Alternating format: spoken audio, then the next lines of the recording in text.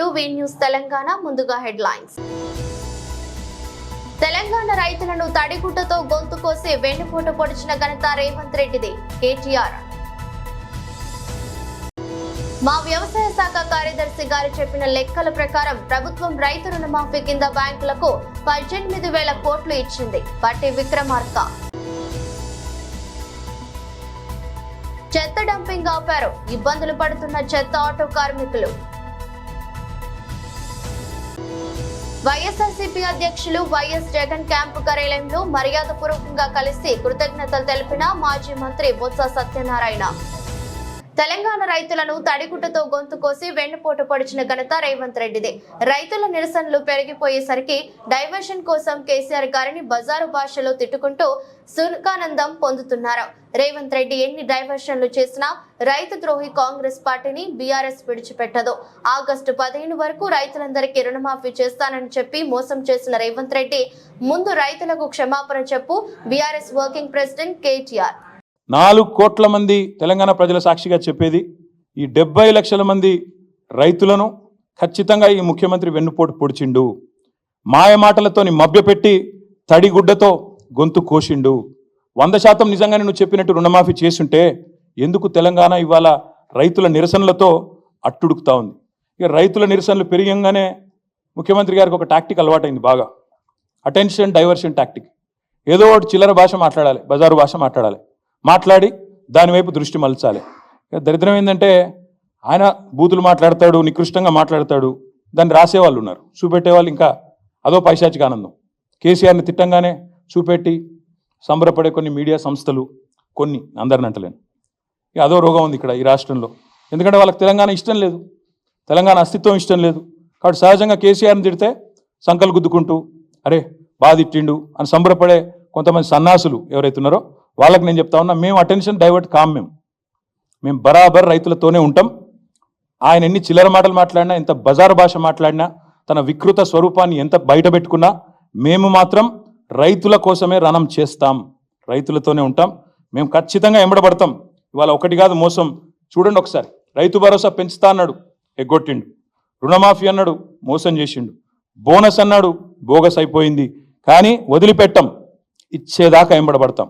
రైతులకు కరెంట్ అన్నాడు, 24 గంటల కరెంట్ అన్నాడు, ఎక్కడుందో మాకే తెలియదు. అందుకే ఈ రైతు ద్రోహి ప్రభుత్వాన్ని వదిలిపెట్టకుండా వేటాడుతామని చెప్పి విజ్ఞప్తి చేస్తా ఉన్నా. అందుకే రేపటి నుంచి మా పోరాటం రేపు మొదట అడిగే డెడ్ లైన్లు మారుస్తూ ఉన్నారు, హెడ్లైన్లను మేనేజ్ చేస్తూ ఉన్నారు. మాకు అర్థమవుతా ఉంది, రైతులకు కూడా అర్థమవుతా ఉంది. హెడ్లైన్ మేనేజ్మెంటు, ఆస్ట్రేలియా పర్యటనలు మేము కూడా చూస్తున్నాం, రైతులు కూడా చూస్తూ ఉన్నారు. కాబట్టే నేను చెప్పేది, ఖచ్చితంగా ఈ ప్రభుత్వం ఏదైతే తేదీ చెప్పిందో 15 ఆగస్టు అని, మాఫీ చేయనందుకు మాఫీ మాంగో, కిసానోసే మాఫీ మాంగో. పెళ్ళే చేయలేదు, చేతగానోళ్ళం సన్నాసం అని ఒప్పుకోకపోతే, మీరు ఇచ్చిన మాట గనక నిలబెట్టుకోకపోతే వదిలిపెట్టం, వేటాడతాం. మా వ్యవసాయ శాఖ కార్యదర్శి గారు చెప్పిన లెక్కల ప్రకారం ప్రభుత్వం రైతు రుణమాఫీ కింద బ్యాంకులకు 18,000 కోట్లు ఇచ్చింది. కొత్తగా ఇచ్చే రుణాలు ఇప్పటి వరకు 7,500 కోట్ల వరకు మాత్రమే రైతులకు బ్యాంకుల ద్వారా ఇచ్చారు అని వారి లెక్కల ప్రకారం చెప్పారు. బ్యాంకర్లు అందరూ రైతుల విషయంలో మానవీయ కోణంలో ఆలోచించి రైతులకు ఎక్కువ మొత్తంలో రుణాలు ఇవ్వగలరని నా మనవి. తద్వారా రైతులందరికీ సకాలంలో వ్యవసాయం చేసుకోవడానికి మనం సహాయపడితే తద్వారా రైతులకు లాభం చేకూరుతుంది. మీరు సీనియర్ శాసనసభ్యులు, గతంలో మంత్రిగా పనిచేసిన అనుభవం కూడా ఉంది. మీరు పూర్తి వీడియో వినకుండా నేను మాట్లాడిన దాంట్లో కొంచెం భాగం మాత్రమే తీసుకొని అబద్ధం ఎలా చెప్పగలుగుతున్నారు? ప్రజలకు మీరు ఇచ్చిన అబద్ధపు మోసపూరిత హామీలను నెరవేర్చలేదు గనుకనే గత ఎన్నికల్లో మీ పార్టీని ఓటమి పాలు చేశారు.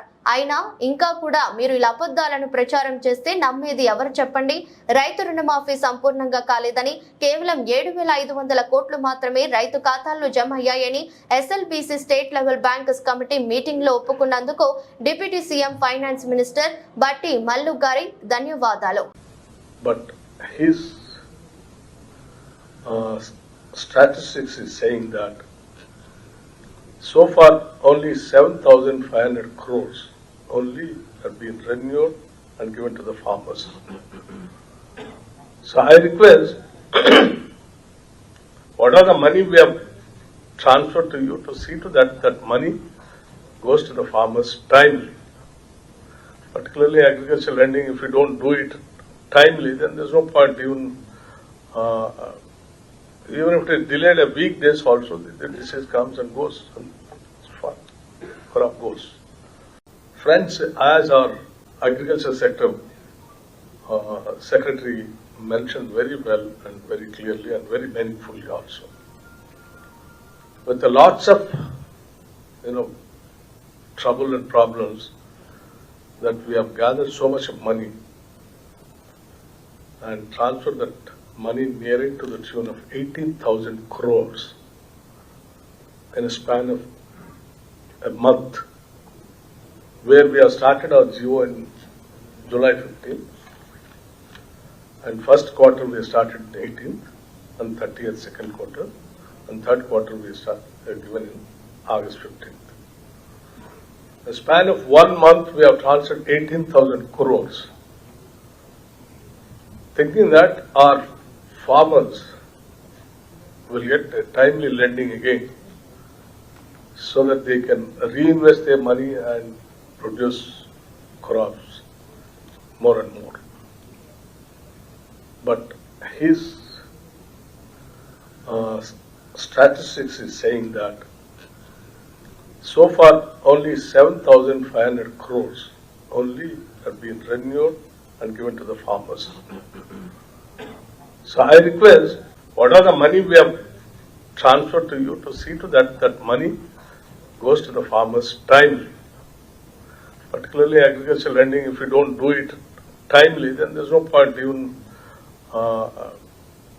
if it is delayed a week days also, the disease comes and goes, and it's fine. Crop goes.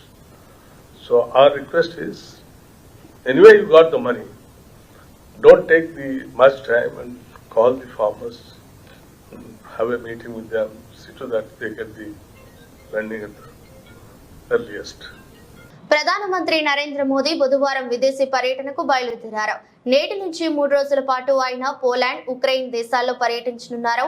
ఈ పర్యటనకు ముందు ప్రధాని మోదీ ఓ ప్రకటనను విడుదల చేశారు. ఉక్రెయిన్ లో శాంతి, స్థిరత్వం త్వరగా తిరిగి రావాలని ఆకాంక్షిస్తున్నట్లు పేర్కొన్నారు. మధ్య ఐరోపాలో భారత్ కు పోలాండ్ కీలక ఆర్థిక భాగస్వామిగా ఉందని, ఇరు దేశాల మధ్య భాగస్వామ్యాన్ని మరింత ముందుకు తీసుకెళ్లేందుకు ఈ పర్యటనలో చర్చించనున్నారు. ఇరు దేశాల మధ్య ద్వైపాక్షిక సహకారాన్ని బలోపేతం చేయడమే ప్రధాన అంశంగా ఈ పర్యటన సాగనుంది. भारतीय समुदाय से मिलने के लिए उत्सुक हूँ, क्योंकि हमारे साझेदारी को और आगे बढ़ाया जा सकेगा और भारतीय समुदाय के जो तमाम सदस्य हैं उनसे भी प्रधानमंत्री की मुलाकात होनी है। उन्होंने ये भी लिखा कि इसके बाद, यानी कि पोलैंड की यात्रा के बाद, प्रधानमंत्री व्लादिमीर ज़ेलेंस्की, क्योंकि यूक्रेन के राष्ट्रपति हैं, उनके निमंत्रण पर यूक्रेन जाने वाले हैं। और सबसे अहम हमें ये याद रखना होगा कि यूक्रेन किसी भी भारतीय प्रधानमंत्री की यूक्रेन जाने की ये पहली यात्रा होगी। तो प्रधानमंत्री आज से 22 अगस्त तक पोलैंड की यात्रा पर रहेंगे और इस लिहाज से भारत की अगर हम बात करें तो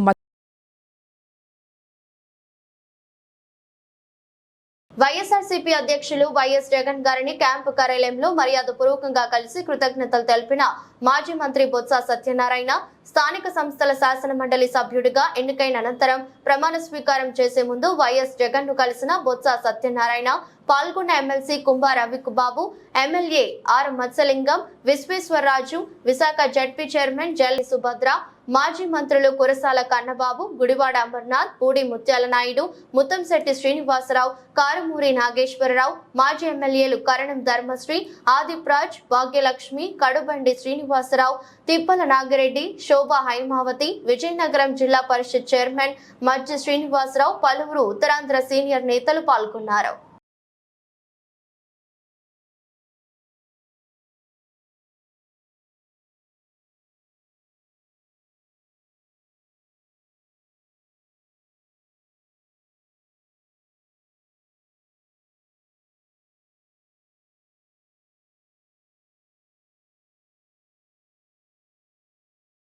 దేశ ప్రధాని నరేంద్ర మోదీ 10 ఏళ్ల పాలనంతా ఆదాని అంబానీలకు మేలు చేసిందే తప్ప పేద ప్రజలకు ఏమాత్రం ఉపయోగపడలేదని ఏఐసిసి జాతీయ కార్యవర్గ సభ్యులు మధు యాష్కి అన్నారు. బుధవారం విజయవాడలోని అర్ధరత్న భవన్ లో ఏర్పాటు చేసిన మీడియా సమావేశంలో మాట్లాడుతూ ఈ నెల 22న దేశవ్యాప్తంగా ఈడీ కార్యాలయాల వద్ద ధర్నా సమావేశాలు నిర్వహిస్తున్నట్లు తెలిపారు. మోదీ ఆదాని కలిసి మోదానిగా మారిపోయారని, దేశ సంపదను ఇద్దరు కలిసి దోచుకుంటున్నారని ఆరోపించారు. విదేశాంగ విధానాలను సైతం పక్కదారి పట్టిస్తున్నారని ఆరోపించారు. ప్రభుత్వ విచారణ సంస్థలను ఆదాని వ్యాపార సంస్థల అభివృద్ధి కోసం వాడుకుంటున్నారని, దీనికి ప్రధాని నరేంద్ర మోదీ పూర్తిగా సహకారం అందిస్తున్నారని, తనకు అనుకూలంగా లేని కంపెనీలపై సిబిఐ, ఈడీ అధికారులు దాడులు చేసి వాటిని ఆదాని కంపెనీలకు అప్పగిస్తున్నారని ఆరోపించారు. ప్రజలకు వాస్తవాలు తెలియజేసేందుకు ఈ నిరసన కార్యక్రమాలు చేపడుతున్నట్లు తెలిపారు. శివాజీ గారు మిగతా సీనియర్ నాయకులందరికీ కూడా నాతో పాలన వాళ్ళందరికీ కూడా తెలుపుతూ, గత 10 సంవత్సరాల నుంచి మోదీ గారి ప్రభుత్వం ఏర్పడ్డాక తనకు అనుకూలుడైన కొందరు వ్యాపార సంస్థలతో రాజ్యాంగబద్ధమైన సంస్థలని ధ్వంసం చేస్తూ, రాజకీయాలను ప్రలోభం చేస్తూ అధికారానికి వచ్చింది మోదీ గారి యొక్క ప్రభుత్వం. మోదీ గారు ప్రభుత్వానికి వచ్చినాక తన ప్రాణమిత్రులకి, ముఖ్యంగా ఒక నేరం జరిగినప్పుడు A1 మొదటి ముద్దాయి ఉంటాడు. అట్లా A1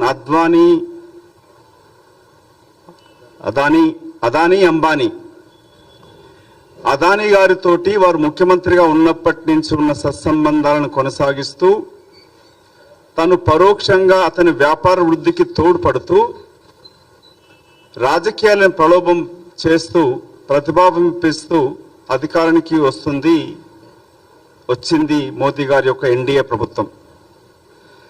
ఇవాళ దేశవ్యాప్తంగా ఆల్ ఇండియా కాంగ్రెస్ కమిటీ మొన్నటి రాష్ట్ర అధ్యక్షుల సమావేశంలో ఒక నిర్ణయం చేసుకోవడం జరిగింది.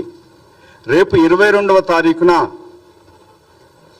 పార్లమెంట్లో మాట్లాడనివ్వరు, ఈ వ్యాపార అక్రమ లావాదేవీలపైన మాట్లాడనియ్యరు. ప్రధాన ప్రతిపక్ష నాయకుడు శ్రీ రాహుల్ గాంధీ గారిని మాట్లాడిస్తే మైక్ ఆఫ్ చేస్తూ ఉంటారు. దేశవ్యాప్తంగా ప్రజలను మమేకం చేస్తూ ఈడీ ఆఫీసుల ముందు రేపు 22 ఆగస్టు రోజు ధర్నా చేయాలని నిర్ణయం చేస్తూ, ఈరోజు ప్రధాన నగరాలలో, రాష్ట్ర క్యాపిటల్ సిటీస్లో ఈ మీడియా ప్రెస్ మీటు ఏర్పాటు చేయడం జరిగినది. ముఖ్యంగా మెగా అదానీ స్కామ్ పైన మోదీ అదానీ గారు కలిసి ఈ స్కామ్కి ఏ విధంగా దోహదపడ్డరు, తోడు దొంగల్లాగా ఏ విధంగా దేశాన్ని దోచుకుంటున్నారు, దేశ సంపదను దోస్తున్నారు, స్ట్రాటజిక్ విభాగాలైన డిఫెన్స్, విదేశాంగ విధానాన్ని కూడా ఉత్తేజపరుస్తూ, ప్రభావితం చేస్తున్న కార్యక్రమాలని ప్రజల ముందుకు తీసుకెళ్లే ఉద్దేశంతో ఇవాళ ఈ సమావేశం ఏర్పాటు చేయడం జరిగినది. మీకు ఉదాహరణ చెప్తాం. ప్రభుత్వ ఇన్వెస్టిగేటివ్ సంస్థలు ఏవైతే ఉన్నాయో వాటిని అదానీ యొక్క వ్యాపార సంస్థల వృద్ధి కొరకు వాడుకుంటూ, for example FDI, foreign direct investment ఉంది. ఆ పాలసీని ఏ విధంగా మార్చారంటే ఫియర్, డిసిట్ అండ్ ఇంటిమిడేషన్, భయముతో, మోసముతో ఒత్తిడి తీసుకొచ్చి ఆ సంస్థను లోపరుచుకోవడం. ఉదాహరణకి సిబిఐ రేడ్ చేస్తుంది NDTV పైన 6th జూన్ 2017లో. అది యాక్షన్ అవుతుంది. రిజల్ట్ ఏమొస్తుంది? అదానీ గ్రూప్ ఇప్పుడు 64.71% 6th మార్చ్ 2023 వరకు NDTV సంస్థని అదానీ చేతులకు వెళ్ళిపోయింది. Cement corporation of India team ACC Ambuja cement offices పైన 11th డిసెంబర్ 2020న రేడ్ చేస్తారు. దాని పర్యవసానం అదానీ గ్రూపు ఇవాళ second largest cement player Ambuja సిమెంట్ని 16 సెప్టెంబర్ 2020 అక్వైర్ చేసేస్తుంది. మన తెలుగు వాళ్ళకు సంబంధించిన జీవీకే గ్రూప్ ముంబై ఎయిర్పోర్ట్ని అత్యంత ఆధునికంగా నిర్మాణం చేసినది. 28 జూలై 2020 పైన జీవీకే గ్రూప్ ఆఫీసెస్ పైన ఈడీ రైడ్ చేస్తుంది. 14 జూలై 21 వరకు ఇవాళ 98% ముంబై ఎయిర్పోర్ట్ అదాని చేతులకు వెళ్ళిపోయింది. ఇన్కమ్ ట్యాక్స్ ఆఫీషియల్స్ క్విన్స్ ఆఫీసెస్ని నోయిడాలో 11 అక్టోబర్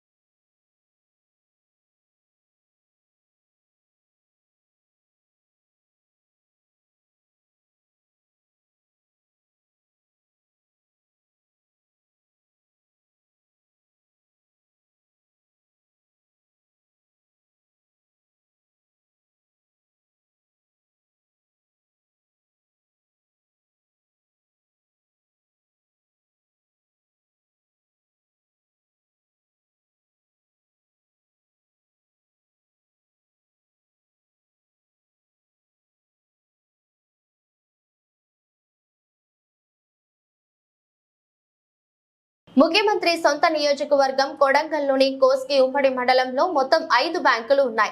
5 బ్యాంకుల్లో మొత్తం 20,239 ఖాతాలు ఉన్నాయి. 3 విడతల్లో ముఖ్యమంత్రి సొంత నియోజకవర్గం కోస్గి మండలంలో 8,527 మందికి రుణమాఫీ అయింది. అది కూడా పాక్షికంగా మాత్రమే అయింది. కేటీఆర్ ముఖ్యమంత్రి సొంత నియోజకవర్గం పరిస్థితి. కోస్గి ఉమ్మడి మండలంలో మొత్తం 4 బ్యాంకులు ఉన్నాయండి. 5. 2 SBI బ్రాంచులు ఉన్నాయి, 2 తెలంగాణ గ్రామీణ వికాస బ్యాంకులు ఉన్నాయి, అదేవిధంగా 1 Mahabubnagar DCC bank single window, మొత్తం 5 బ్యాంకులు. ఈ 5 బ్యాంకుల్లో మొత్తం కలిపి ఉన్న ఖాతాలు ఎంత అంటే 20,239. 20,239. 3 విడతలుగా ముఖ్యమంత్రి నియోజకవర్గంలో ఈ కోస్గి మండలంలో ఇప్పటివరకు ఎంతమందికి రుణమాఫీ అయింది అంటే అది కూడా పాక్షికంగానే అయింది, మొత్తం కాలే. 8,527 మందికి మాత్రమే అయింది. 3 విడతలుగా ఏదైతే ముఖ్యమంత్రి ఉదరగొడుతుండో ప్రచారం 100% అయిపోయింది, ఓడిచిపోయింది, ఇక పాలాభిషేకాలు, వెంటనే నాకు విగ్రహాలు పెట్టండి అని చెప్పి ఏదైతే మాట్లాడుతున్నాడో మొత్తం జరిగింది ఎంత అంటే ముఖ్యమంత్రి సొంత నియోజకవర్గం కొడంగల్లోని కోస్గి మండలంలో 20,239 మందికి గాను 8,527 మందికి మాత్రమే అయింది. సరే, హైదరాబాద్ రీజనల్ రింగ్ రోడ్డు ప్రగతిపై కలెక్టర్లు ఏం చేస్తున్నారు, పనుల పురోగతి ఏమిటనే దానిపై రోజువారీ సమీక్ష చేయాలని ముఖ్యమంత్రి రేవంత్ రెడ్డి ఉన్నతాధికారులను ఆదేశించారు. భూసేకరణ ఇతర విషయాలపై ఎప్పటికప్పుడు అప్డేట్ సమాచారం తనకు అందజేయాలన్నారు. RRR ప్రగతిపై రాష్ట్ర సచివాలయంలో ముఖ్యమంత్రి రేవంత్ రెడ్డి బుధవారం సమీక్ష నిర్వహించారు. RRR ఉత్తర భాగంలో భూసేకరణ పనులకు సంబంధించిన వివరాలను అధికారులు ముఖ్యమంత్రికి తెలియజేశారు. భూసేకరణ వేగం పెరగాలని RRR ఉత్తర భాగంలోని కలెక్టర్లు ఈ రహదారి విషయంలో రోజువారీగా ఏం చేశారో, ఏం పురోగతి సాధించారో, దక్షిణ భాగంలో భూసేకరణ ప్రక్రియ ప్రారంభం, ఇతర అంశాలపై ఆయా జిల్లాల కలెక్టర్లు ప్రతిరోజు సాయంత్రానికి రాష్ట్ర ప్రభుత్వ ప్రధాన కార్యదర్శికి వివరాలు అందజేయాలన్నారు. భూసేకరణలోనూ పారదర్శకంగా వ్యవహరించాలన్నారు. CS తో పాటు మౌలిక వసతులు ప్రాజెక్టుల సలహాదారు శ్రీనివాసరాజు, ముఖ్యమంత్రి OSD షానవాజ్ ఖాసిం, ఆయా జిల్లాల కలెక్టర్లు R&B ఉన్నతాధికారులతో వాట్సాప్ గ్రూప్ క్రియేట్ చేసి ఎప్పటికప్పుడు పనుల పురోగతిని అందులో అప్డేట్ చేయాలని సూచించారు. ఒక సమీక్ష సమావేశానికి మరో సమీక్ష సమావేశానికి మధ్య కాలంలో పురోగతి తప్పనిసరిగా ఉండాలని ముఖ్యమంత్రి ఆదేశించారు. మేడ్చల్ జిల్లా కాప్రా GHMC పరిధిలోని చెత్త డంపింగ్ ఆపారు ఇబ్బందులు పడుతున్న కార్మికులు. ఈ సందర్భంగా మాట్లాడుతూ గత కొన్ని సంవత్సరాలుగా ఇక్కడ చెత్త డంపింగ్ చేస్తున్నామని, ఇప్పుడు ఇక్కడ డంపింగ్ చేయవద్దని చెప్పడంతో ఇబ్బందులు పడుతున్నామని అన్నారు. కరోనా సమయంలో ఎన్నో సేవలు చేశామని తెలిపారు. 4 రోజుల నుండి ఇంటి యజమానులు చెత్త తీసుకువెళ్లాలని ఫోన్ల మీద ఫోన్లు చేస్తున్నారని, ఇప్పుడు కొంతమంది బడా బాబులు వెనుక ఉండి నడిపిస్తూ మమ్మల్ని ఇక్కడ చెత్త వేయకుండా అడ్డుకుంటున్నారని ఆవేదన వ్యక్తం చేశారు. ఏకనైనా అధికారులు ప్రజాప్రతినిధులు స్పందించి ఈ సమస్యను పరిష్కరించాలని కోరుతున్నారు.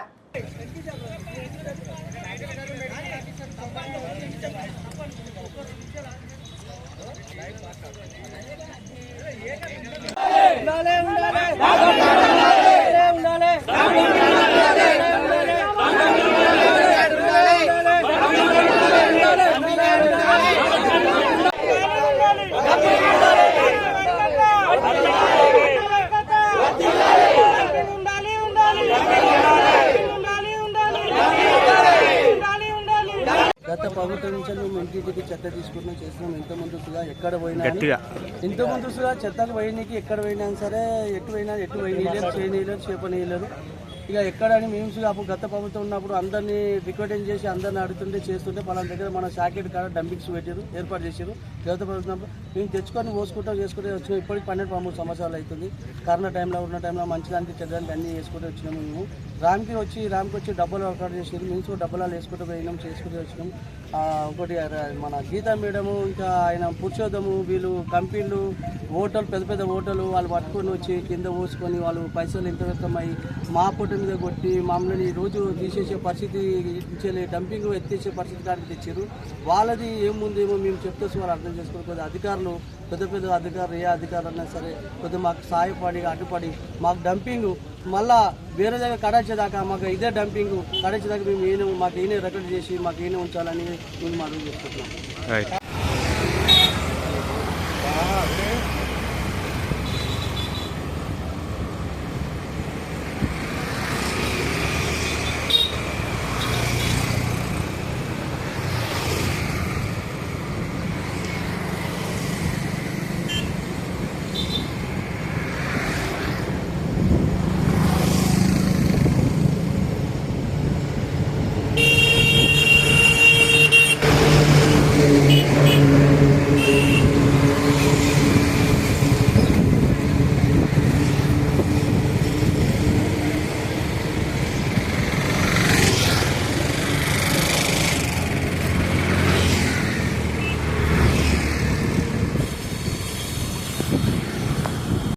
సంబంధించిన డంప్ యార్డుని ఇవాళ ఆపివేయడం జరిగింది.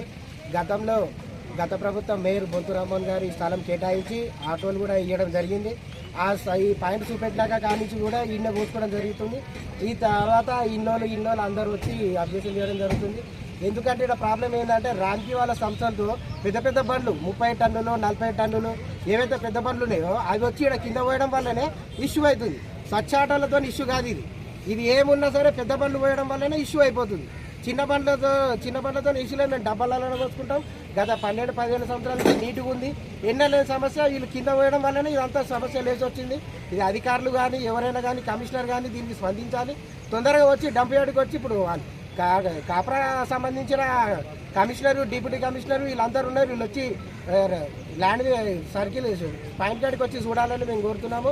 ఇంకొకటి ఏంటంటే మాకు చెత్త తీయడానికి పాయింట్ లేకపోతే మేము చెత్త తీసుకొచ్చుకొని ఆడబోయాలి. తీసుకొచ్చి మా ఇంటి చెత్త అయితే కాదు కదా, ఎక్కడో పక్క రాష్ట్రం నుంచో ఆ రాష్ట్రం నుంచో తీసుకొచ్చి పోస్తలేము మేము. ఇంకా రామ్కి వాళ్ళే ఇంకా వేరే కంపెనీల నుంచి వేరే కాడి నుంచి ఈ నుంచి ఆ నుంచి తీసుకొచ్చి పోస్తున్నారు తప్ప కానీ మా ఆటోలు మాత్రము 1, 2, 3 3 సర్కిళ్ళు 3 డివిజన్ల నుంచి తీసుకొచ్చి డబ్బాలలో పోయడం జరుగుతుంది. పోసి మాకు నీట్గా ఉంటున్నాం. ఏంటంటే వాళ్ళు కింద పడడం వల్ల ఇదంతా ఇష్యూ. అంతా ఎట్లా పడితే అట్లా ఇష్టారాజ్యంగా కంపెనీలు కానీ హోటల్స్ కానీ పెద్ద ఫంక్షన్స్ వాళ్ళు కానీ వాళ్ళు పోయడం వల్లనే డీసెంలు పెద్ద ట్రక్కర్లు అన్నీ తీసుకొచ్చి కింద పోయడం మొత్తం ఆ గాలికి వచ్చి రోడ్ల మీద పోతుంది. ఇదంతా వాళ్ళకి స్పందించిందే. వాళ్ళు క్లీన్ చేయకపోతే మా పొట్టల మీద కొట్టద్దు. మాకు ఆల్రెడీ బండ్లన్నీ 120-150 బండ్లన్నీ రోడ్ల మీదనే ఉన్నాయి. అన్నీ నింపి ఉన్నాయి. మరి అది కూడా ఖాళీగా ఉన్నాయి అంటే అది కాదు, మొత్తం చెత్త మొత్తం నింపి రెడీగా ఉన్నాయి. పోయడానికంటే మాకు ఇక్కడ వేరే కాడ స్థలం చూపెట్టే కానించి మా జిహెచ్ఎంసీ కమిషనర్ కోరుకునేది ఒకటే, వేరే కాడ మాకు స్థలం చూపెట్టండి, మీరు మమ్మల్ని అక్కడ బొమ్మనండి, అప్పటిదాకే మాకు ఇది నడవేడియాలి. అంత సడన్గా తీయడానికంటే కూడా ఇబ్బంది కదా.